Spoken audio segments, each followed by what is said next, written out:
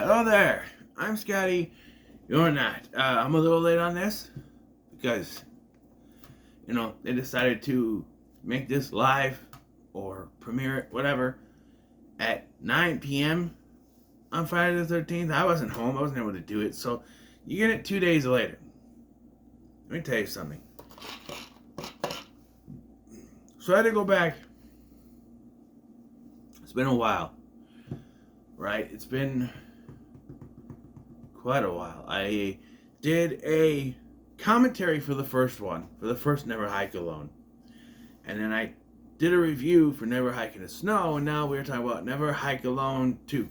The conclusion to this 3 fan film trilogy thing. It's not really a fan film trilogy as the second one. So you have Never Hike Alone that came out in 2017. And then 3 years later in 2020 you got Never Hike in the Snow, which was a prequel to that, and it was only like 25-30 minutes long. Went very fast. And then you have this one, which is just a little over an hour, like the first one was. And the only thing I think of now after watching these is that Never Hike in the Snow was just like a prologue to what the other two. It connects to the other two. It works. It does. It's just very short. This one follows Tommy Jarvis leading up to and after the events of Never Hike Alone. Yeah. I was a little confused what they were doing at first. It starts with Tommy waking up this kid that looks kind of like him as a little kid. You got Tom Matthews, the man, Tom Matthews, my favorite Tommy, coming back to play the role as he did in the previous 2. We also have Vinny Guastafaro coming back to play Sheriff Rick Colon, who he played in it Friday the 13th Part 6 and in the previous installment. And there's another Friday the 13th alumni who shows up in this. And I'm like, wait a minute, we'll get to that. But it also brings back Andrew Lady as Kyle from the first one, and the actress who played Mark's mom in the Never Hike in the Snow. Turns out she's a doctor who works at the same hospital that Tommy does. Yeah, so we start off with the prologue to Never Hike Alone leading up to... So it's another prequel type thing. He's working at a hospital. So he wakes up, he has this dream, and then he has another thing. There's this thing reminiscent of Part 5 where he sees Jason in his room and he's standing there face to face, and we get the opening title card. I was like, okay, they're doing the Friday Part 5 thing. They're doing the Part 5 thing. That works because it's the same character. And this establishes this as the same character. He's seeing a younger version of himself, which looks like the Corey Feldman version. He's having the same kind of visions like his, the Part 5 version. So it's all the same character, even though they were portrayed very differently. It is the same character. I like that.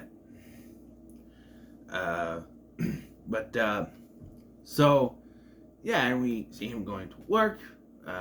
We see him after having that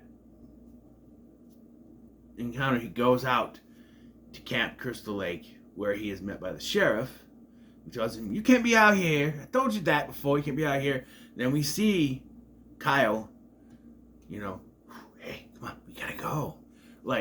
So it's the beginning of that, where we follow Kyle in the first one. So then this is what happened the rest of the day through Tommy. He goes to work, he does his job, and then he gets called out, and we see the scenes from Never Hike Alone where they find there's also a little extra scene where Kyle is found by a group of campers who then get killed, and then Kyle is able to get away. I'm assuming that was at the point where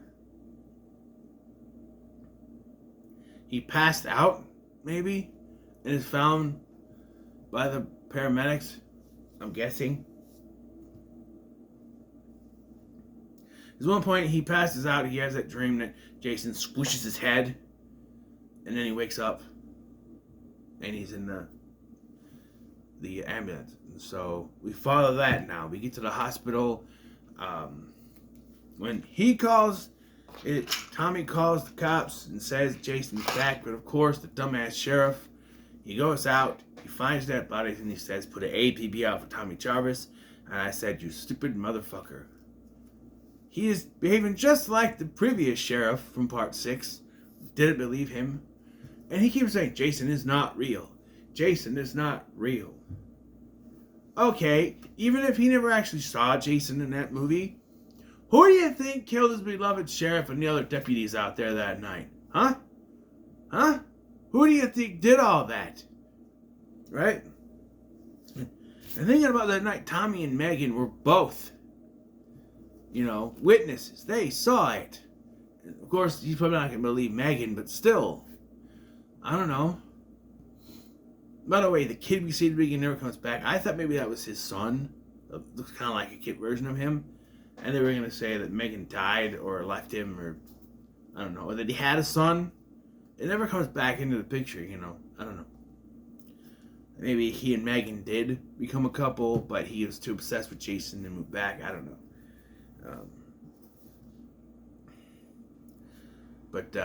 So they go to the hospital. Tommy gets his arm wrapped because he's been attacked, and Kyle had to go through surgery because of all the wounds, and so, and we get also, what's her name, Nora, the Dr. Hill. We'll call her Dr. Hill. She talks to Tommy and she says, the worst thing about it is that, I know that my son is dead, but all they would tell me is that he's missing. She knows that he's dead. And as we know from Never Hike in the Snow, the sheriff was covering it up, saying that he was still missing, and then he took all the stuff referencing Camp Crystal Lake from Mark's room so that she wouldn't find it. But he's not quick enough to get this time because they find Kyle's camera that has the footage. And in one of the footages, we see the mom's skull, which has moved from its shrine up in one of the top of the cabins.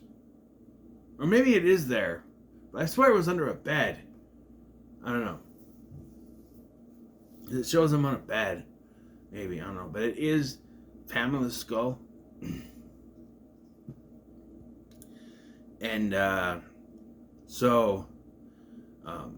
Tommy goes to Kyle to talk to him. Kyle has another dream about Jason attacking him. I guess it's meant to say that those who are victims of Jason's and survive will have mental trauma. I guess. I don't know. It happened with Tommy. So it's going to happen with Kyle now, I guess.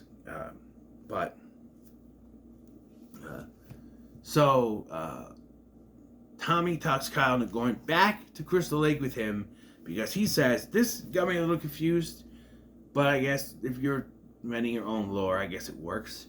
He says that the reason Jason keeps coming back after he explains everything, like he killed Jason Voorhees as a kid, and when he was a kid, not Jason was a kid, you know what I mean? And then he was drawn back to him, brought him back to life. And he says now his mom's head is what's keeping him be able to come back every time he's killed. So they have to destroy it to stop Jason. I guess if you're going for a final showdown type deal, that would work. It makes sense, but it's still kind of a weird way to go, but it's fine. So, just as they're trying to leave, though, the sheriff and his numbskulls show up. You're under arrest, Jarvis. And he's like, Doc, I'm telling you, it's Jason. And even Kyle is like, sir, he's telling the truth. It's Jason Voorhees. Jason Voorhees doesn't exist.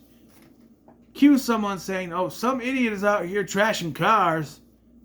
I wonder who that could be. Turns out it's Jason. He comes stomping through. The only thing I didn't really care for in this scene was the red lighting. Like, why is it the red? Is that like emergency lighting? Is that what's supposed to be? I've never seen a hospital with red emergency lighting before. Even here, our emergency lighting is the regular color. It's just not as bright, you know? I don't know. But most of the all the deputies get killed, and one of the security guards. Leaving Tommy, Dr. Hill, Kyle, and the sheriff on the way out. The sheriff decides he's going to cause a distraction so they can change the battery in the ambulance and get out of there. So we get a call back. Hey, Jason, wherever the red dot goes, ya bang. And he's got 2 of them. Of course, this does not affect Jason in the shot, in the slightest. He even takes a shot at his head. Yeah, bang! And because this Jason is invincible. Even though we saw in the first one that maybe it's a headshot straight to the head because Kyle got him with the axe and it took him down for a minute. No, that happens later here too.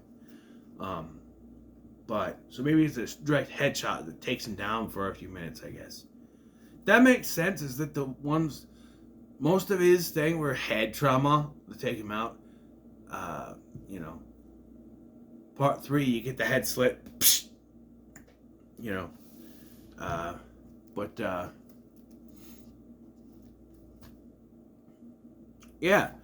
So Tommy, Kyle, and Dr. Hill all go out there. They tell Dr. Hill to go into town and warn people. People need to know about it, I guess. That's the whole thing. Is even if they don't make it, people need to know about it. The whole thing. She's not going to come back out here. She might need to if they don't survive. They got to find the head. And he takes them to where the head was, but it's not there. Because Jason has it. Eventually, though, because Jason has hidden it, apparently. I do like this shot. When he goes to leave, he just jumps off the dock into the water and walks there. Because Jason can do that. He doesn't breathe underwater, right? Although, I'll tell you that later. But Tommy, he hits Tommy with the arrows as show that he could do in Never Hike in the Snow. He shot Mark with one.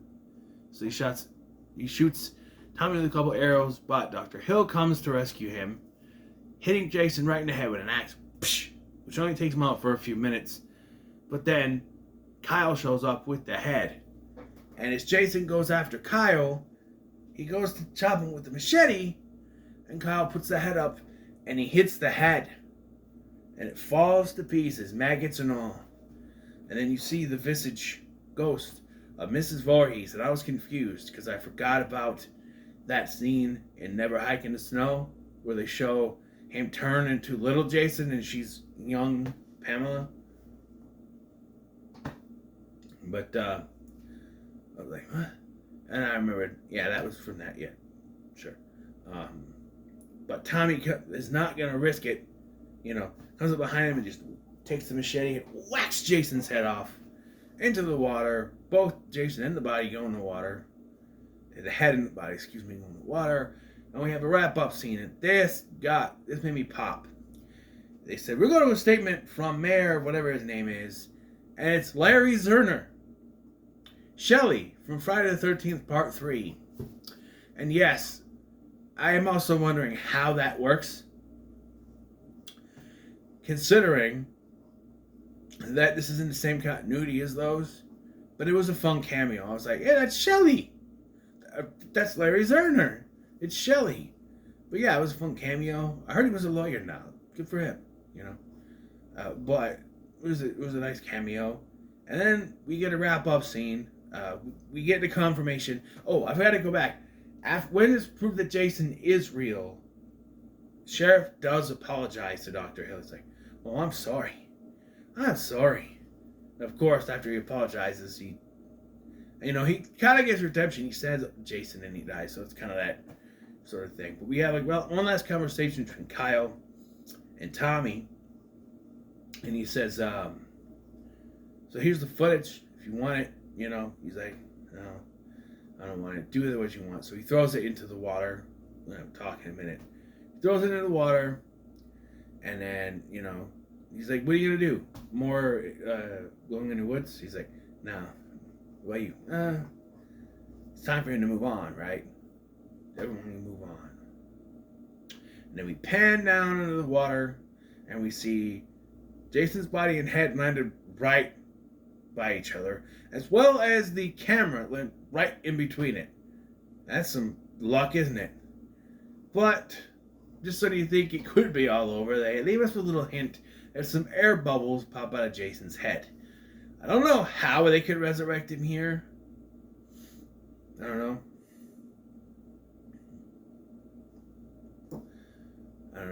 But I think this was a satisfying conclusion, all things considered. You finally get Tommy facing Jason, which is what everyone wanted in Never Hike in the Snow. We didn't get because it was like 20 minutes long.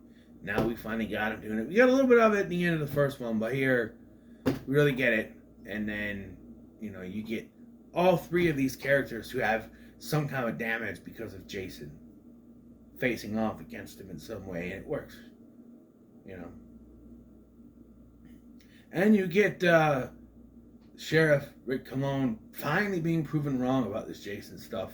I understand, though, why he was doing the things he was. He wanted to keep it under wraps because he didn't want it to start to spread around about Jason Voorhees.